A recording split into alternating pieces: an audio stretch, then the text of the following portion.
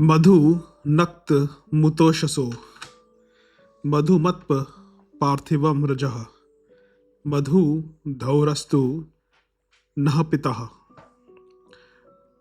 भावार्थ, संसार में ऐसे कार्य करने चाहिए जिससे सभी को सुख, शांति और प्रसन्नता मिले। एक्सप्लेनेशन। मनुष्य जीवन की स्थिरता एवं प्रगति की आधारशिला है उसकी कर्तव्य परायणता। यदि हम अपनी जिम्मेदारियों के प्रति उदासीन रहें और निर्धारित कर्तव्यों की उपेक्षा करें तो फिर ऐसा गतिरोध उत्पन्न हो जाए कि प्रगति एवं उपलब्धियों की बात तो दूर, मनुष्य की तरह जीवन यापन कर सकना भी संभव ना रहे। चारों ओर कलह ही दिखाई दे। जीवन की हर विभूति कर्तव्य परायणता पर निर्भर है। हर उपलब्धि की स्थिरता एवं सुरक्षा कर्तव्य निष्ठा पर ही आधारित है। हमें जो बहुमूल्य शरीर मिला है उसे निरोग, परिपुष्ट एवं दीर्घजीवी रखने की जिम्मेदारी हमारी ही है, जिससे कि हम संसार में अधिकाधिक लोक मंगल के कार्य कर सकें और सर्वत्र सुख, शांति और प्रसन्नता का वातावरण बना सकें। मन की समर्थता और प्रखरता के लिए उसे चिंता, शोक, निराशा, भय, क्रोध, आवेश आदि से बचाने का काम भी हमारा ही है। इसी से अंतःकरण में उल्लास, उत्साह, धैर्य, साहस, संतोष, संतुलन, स्थिरता, एकाग्रता, विश्वास जैसी सद्गुणों को स्थापित किया जा सकता है। यदि मन को जंगली घास फूस की तरह चाहे जहां बढ़ने दिया जाए तो यह स्वयं हमारा ही शत्रु बन जाएगा।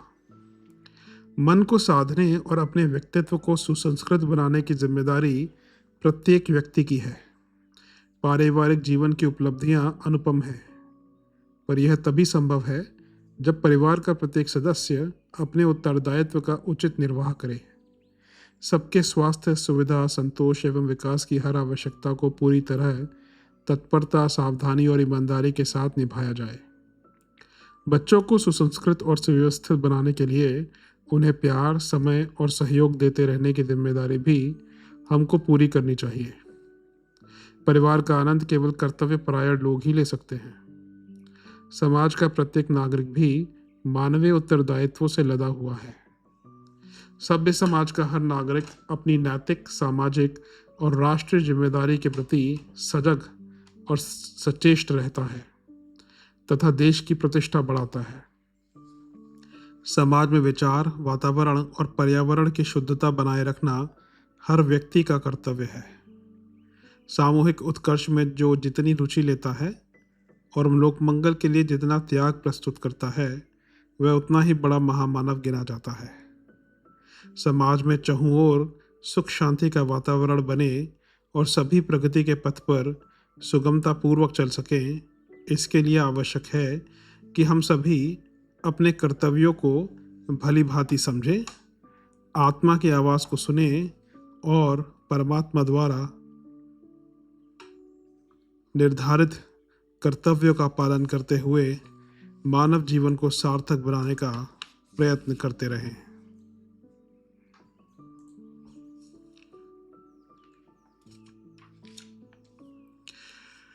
ये पायवो मामतेयम ते अग्ने पश्यन्तो अंधम दुरितादर्शन रक्ष तान सुकृतो विश्वे वेदा दीप्संत इद्रिपवो नाह देभो।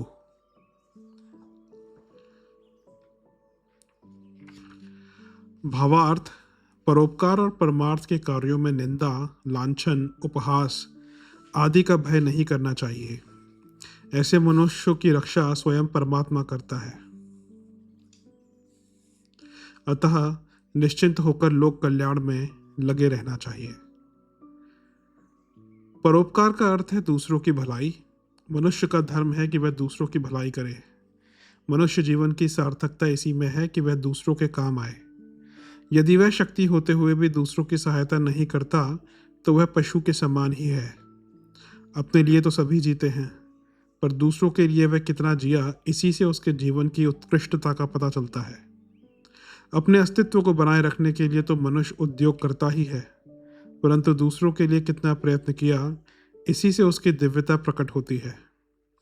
हर मनुष्य को एक दूसरे के सहयोग की आवश्यकता होती है। बड़े से बड़े समर्थ व्यक्ति को भी दूसरों का सहयोग अपेक्षित होता है। परमार्थ के कार्यों से मनुष्य जीवन की शोभा और महिमा बढ़ती है। सच्चा परोपकारी सदा प्रसन्नचित्त रहता है और आंतरिक हर्ष की अनुभूति करता है, दिव्य प्रकाश का अनुभव करता है। व्यक्ति जितना परोपकारी बनता है उतना ही ईश्वर की समीपता प्राप्त करता है। सत्पुरुष वे हैं जो बिना किसी स्वार्थ के दूसरों की भलाई करते हैं। परोपकार के लिए संकुचित विचारों को छोड़ने की आवश्यकता होती है। परोपकार है क्या? ध्यान से देखें तो इसकी 3 स्थितियां हैं। परामर्श, कार्य सिद्धि में सहयोग और आर्थिक सहायता। अपनी योग्यता, क्षमता और अनुभव के आधार पर लोगों को सन्मार्ग पर चलने का परामर्श देना चाहिए। उचित समय पर हितकारी परामर्श जीवन में प्रकाश स्तंभ का कार्य करता है। इसी प्रकार जहाँ जब भी संभव हो दूसरों को हर प्रकार से कार्य सिद्धि में सहयोग देने व आर्थिक सहायता देने से पीछे नहीं हटना चाहिए। परमार्थ के कार्य करना आसान बात नहीं है। इस मार्ग में अनेकानेक बाधाएं आ खड़ी होती हैं जो मन को विचलित कर देती हैं। न जाने किन पुण्य कर्मों के प्रभाव से तो हमारे मन में परोपकार की भावना जागृत होती है। ऐसे में संगी साथी उपहास करते हैं और तरह तरह के लांछन व आरोप लगाकर हमें हतोत्साहित करते हैं। आजकल तो लोगों ने परोपकार को भी व्यवसाय बना लिया है और परमार्थ की आड़ में माल काटने में लगे रहते हैं। इस स्थिति में एक सच्चे परोपकारी को अपनी अस्मिता की रक्षा करना भी कठिन हो जाता है। हर प्रकार का विरोध प्रदर्शन उसे सहन करना पड़ता है, परंतु उसे यह ध्यान रखना चाहिए कि परोपकार से उसके अंतःकरण में पवित्रता के संस्कार संचित होते हैं जो उसे शुभ गति प्रदान करते हैं। शुभ कार्य करने वाले का ना तो विनाश होता है और ना ही दुर्गति। परमेश्वर हर समय हर प्रकार से उसकी रक्षा करता है।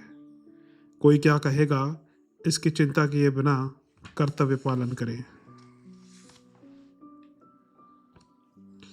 मानो अग्ने अमतये मावीर ताय रीरध मागोताय सहस पुत्र मां निदेप द्वेषांस्याम क्रुधे। हमारा मानव जीवन सफल हो इसलिए हम बुद्धिमान, वीर तथा धनी बने। निंदक, धूर्त, पिशुन और अपकारी ना हो। हम कभी भी मतिहीन ना हो ताकि जीवन पर्यंत सुखी रहकर परमात्मा की उपासना करते रहें। संसार में हर व्यक्ति सुखी रहना चाहता है। इसके लिए तरह तरह के आयोजन करता है और अपनी बुद्धि व क्षमता से साधनों का विकास करता है। इसके साथ यह भी एक निर्विवाद सत्य है कि दुख जीवन का अटूट अंग है। चाहे मनुष्य कितना ही प्रयत्न कर ले, पर दुख से उसकी निवृत्ति नहीं हो सकती। संसार में दुख के इतने कारण हैं कि व्यक्ति कितना भी समझबूझ से काम ले, पर किसी न किसी ओर से दुख आकर घेर ही लेता है। बड़े बड़े ज्ञानी और धनवान व्यक्ति भी इससे बच नहीं सकते। वास्तव में संसार में सुख के इतने अधिक साधन हैं कि सुखों के आधिक्य वाले व्यक्ति भी दुख से घिरे रहते हैं।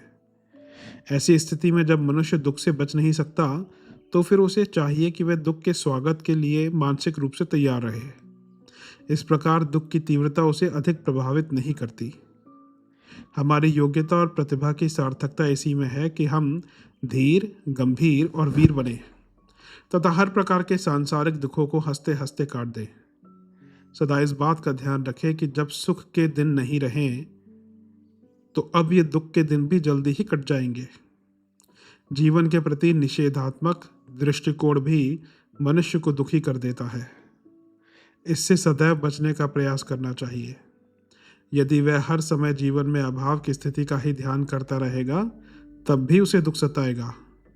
यह विचार करना चाहिए कि जो कुछ भी हमें मिला है या मिल रहा है वह परमात्मा की असीम अनुकंपा का ही फल है और हमारे सुख के हेतु ही है।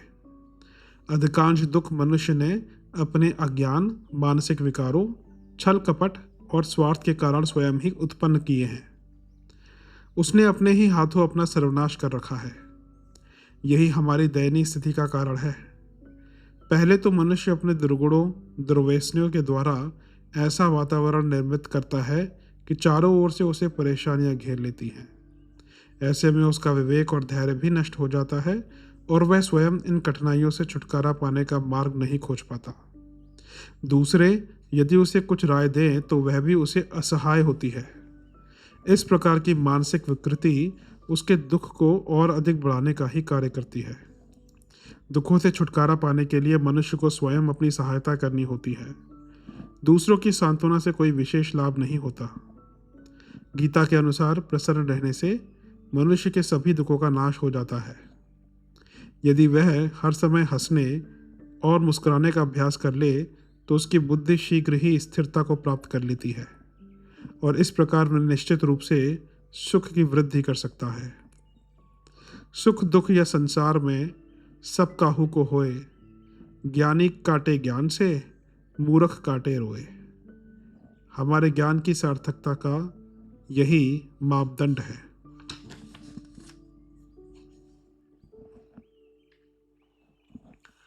कालो अश्वो वहति सप्तरश्मिः, सहस्त्राक्षो अजरो भूरिरेतः, तमा रोहन्ति कवयो विपश्चित्तस्य चक्रा भुवनानि विश्वा।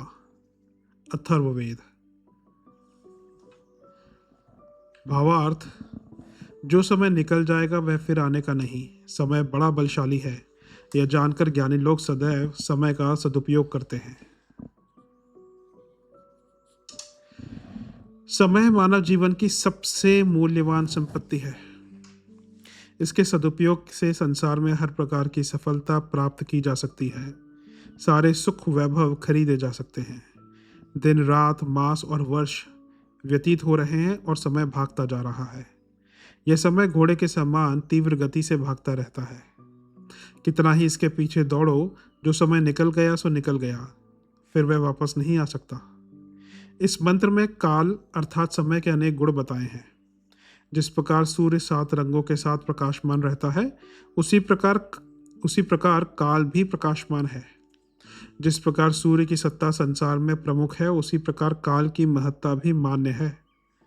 काल के सैकड़ों नेत्र हैं जो हर समय हम सबको देखते रहते हैं।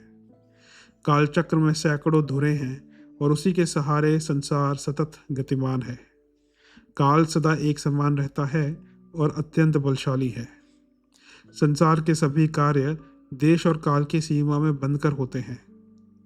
परमात्मा और आत्मा को छोड़कर शेष सभी वस्तुएं काल के बंधन में बंधी हुई हैं। केवल ज्ञानवान और बुद्धिमान व्यक्ति ही काल रूपी घोड़े पर सवारी कर सकते हैं, अर्थात जिनका जीवन में कोई उच्च लक्ष्य होता है, वही समय का सदुपयोग करके काल को भी परास्त कर सकते हैं। समय धन से भी अधिक मूल्यवान है। संसार के सभी पदार्थों में समय का महत्व सर्वोपरि है। जो समय के महत्व को समझते हैं वे उसे कभी भी नष्ट नहीं करते। जो समय को नष्ट करता है, समय उसे ही नष्ट कर देता है। समय शुभ जीवन और लक्ष्मी का भंडार होता है। समय के सदुपयोग से ही मनुष्य जीवन शुभ और पवित्र बनता है। जीवन नश्वर है तो इसका यह अर्थ नहीं कि समय को नष्ट किया जाए, अपितु इससे तो हमें यह प्रेरणा लेनी चाहिए कि इस अमूल्य निधि को व्यर्थ ना जाने दें और समय का सदुपयोग करते हुए इससे अधिकाधिक लाभ उठाएं। जीवन में सफलता का रहस्य भी यही है कि निश्चित समय पर निश्चित कर्म किया जाए, पर आज जिसे देखो वह समय बर्बाद करता रहता है। हर समय काटने के उद्देश्य से करता है। आलस, निंद्रा, गपबाजी में समय व्यतीत करता है और कहता है कि बड़े व्यस्त हैं। यदि अब भी हम वास्तविकता से आंखें मूंदे रहेंगे तो यह काल हमें कुचल देगा। काल करे सो आज कर, आज करे सो अब की दृष्टि अपनानी चाहिए। कल किसने देखा है? भविष्य कभी भविष्य के रूप में नहीं आता, वह तो प्रतिक्षण हमें वर्तमान के रूप में ही प्राप्त होता है। अतः जो वर्तमान का लाभ उठा लेता है वह मानो स्वयं अपने भविष्य का निर्माण करता है तथा कालजयी बन जाता है। समय का सदुपयोग चरित्र का सर्वश्रेष्ठ गुण है।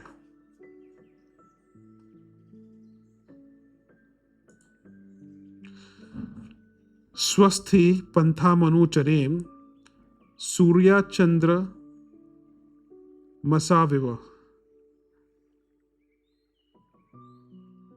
पुनर्दताग्नता जानता संघ में मही। ऋग्वेद।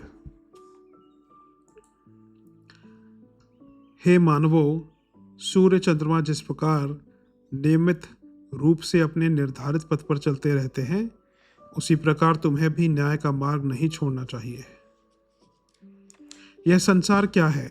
ब्रह्मांड का एक छोटा सा अंश है, और यह अखिल ब्रह्मांड बहुत महान है, अत्यंत विस्तृत है। दिन प्रतिदिन वैज्ञानिक प्रगति करते हुए भी मनुष्य उसके एक छोटे से अंश को ही जान पाया है। परमेश्वर ने ना जाने कितने सौरमंडल, सूर्य, पृथ्वी, नक्षत्र आदि बनाए हैं, जो सब एक निश्चित व्यवस्था में बंधे हुए करोड़ों वर्षों से ब्रह्मांड के चक्कर लगा रहे हैं। कभी भी उस व्यवस्था में किसी प्रकार का भी व्यवधान नहीं होता। निश्चित नियम पालन में कोई भी आलस या प्रमाद नहीं करता। मानव जीवन की यह सबसे बड़ी त्रासदी है कि चहुं ओर ईश्वरीय व्यवस्था के चमत्कार का प्रत्यक्ष दर्शन करते हुए भी मनुष्य स्वयं व्यवस्था पालन करने को एक बंधन मानता है। चाहे उसका व्यक्तिगत कार्य हो या पारिवारिक या फिर सामाजिक, वह हर काम में मनमर्जी करना चाहता है और नियम पालन को भार स्वरूप एवं अपमानजनक समझता है। कानून के रखवाले स्वयं ही कानून तोड़ने में अपनी शान समझते हैं।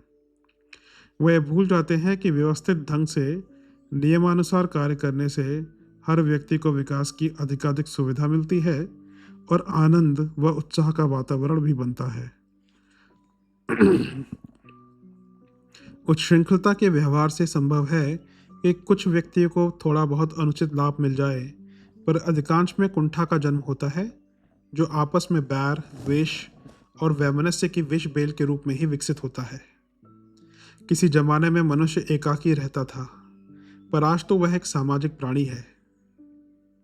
उसकी स्थिरता, सुविधा, व्यवस्थितता, प्रगति और प्रसन्नता सभी समाज की व्यवस्था पर आश्रित हैं।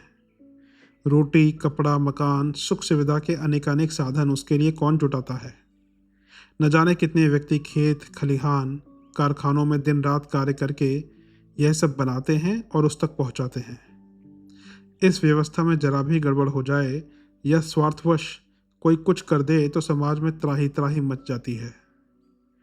समाज में यदि व्यवस्था एवं नियमबद्धता पर उचित ध्यान नहीं दिया जाएगा तो सर्वत्र अनिश्चितता, आशंका और अशांति की काली घटाएं छा जाएंगी।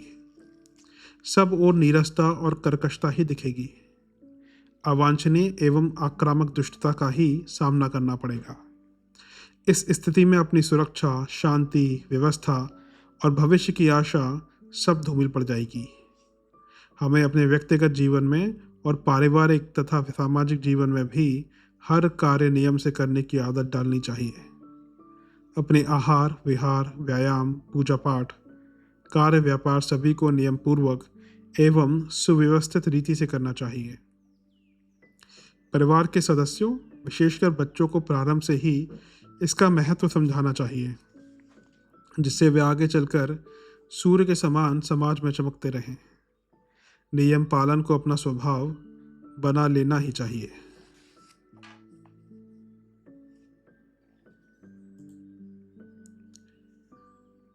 मानो निदे च वक्त वैर्योम रणधीर रावणे त्वे अपि क्रतुर्म। ऋग्वेद। हे मनुष्यों, तुम कभी किसी को कटु वचन मत बोलना, किसी की निंदा ना करना, कृतज्ञ ना बनना, दुखी लोगों की सहायता करते रहना। तुम्हारा प्रत्येक शुभ कर्म परमेश्वर को समर्पित हो। मधुर वचन से सभी को सुख मिलता है, सभी प्रसन्न और संतुष्ट होते हैं, जबकि कटु वचन हृदय में कांटे के समान चुभ जाते हैं और असहाय कष्ट देते हैं। मीठा बोलना वशीकरण मंत्र है, अतः मनुष्य को सदैव मधुर भाषी बनना चाहिए। सबके साथ मधुरता का व्यवहार करने से ही सर्वत्र सुख, शांति वह उल्लास का वातावरण बनता है। मधुर भाषण कामधेनु के समान है। यह समस्त कामनाओं को पूरा करता है, यश और कीर्ति को बढ़ाता है। कितना ही कठोर हृदय व्यक्ति हो, प्यार के दो मीठे बोल सुनकर वह हर प्रकार का सहयोग देने को तत्पर हो जाता है। प्रिय वचन बोलने से संसार में हर प्रकार का सुख प्राप्त हो जाता है, पर इसका तात्पर्य किसी की खुशामद या चापलूसी प्रिय वचन बोलने से संसार में हर प्रकार का सुख प्राप्त हो जाता है, पर इसका तात्पर्य किसी की खुशामद या चापलूसी करने से नहीं है। अपनी बात को पूरी दृढ़ता से कहते हुए भी मधुरता का आंचल कभी भी नहीं छोड़ना चाहिए। मधुर भाषण से मनुष्य को जितना सुख और आनंद प्राप्त होता है, उतना ना तो शीतल जल प्रदान कर सकता है, ना शीतल छाया और ना ही चंदन। इसलिए सदा मीठी वाणी ही बोलनी चाहिए। ऐसी वाणी बोलिए मन का आपा खोए, औरन को शीतल करे आपहु शीतल होए। प्रभु ने हमें वाणी का एक दैवीय अनुदान प्रदान किया है, और वह नहीं चाहता कि हम कभी भी कठोर वचन बोलें।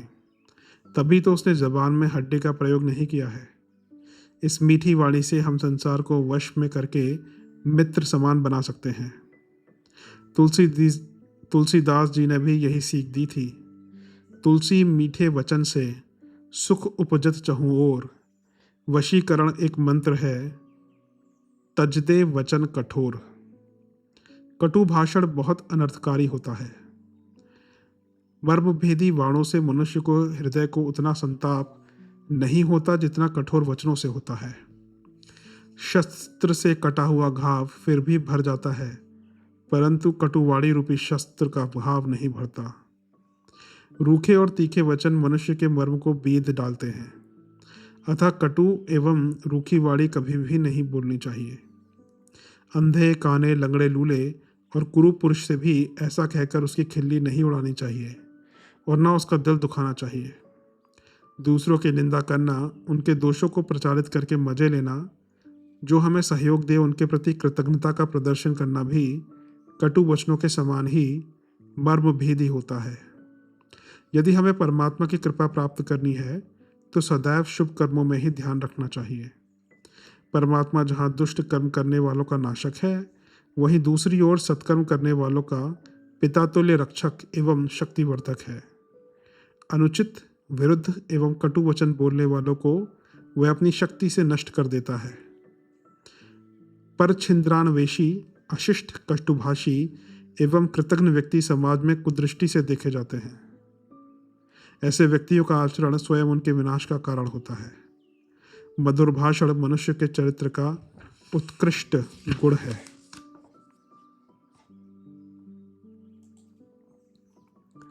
न स सखा यो न ददाति सख्ये, सचा भुवे सच मानाय पित्वः।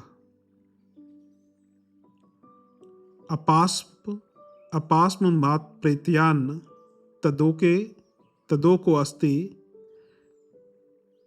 प्रणंत मन्ये मरणम चिदिच्छेत।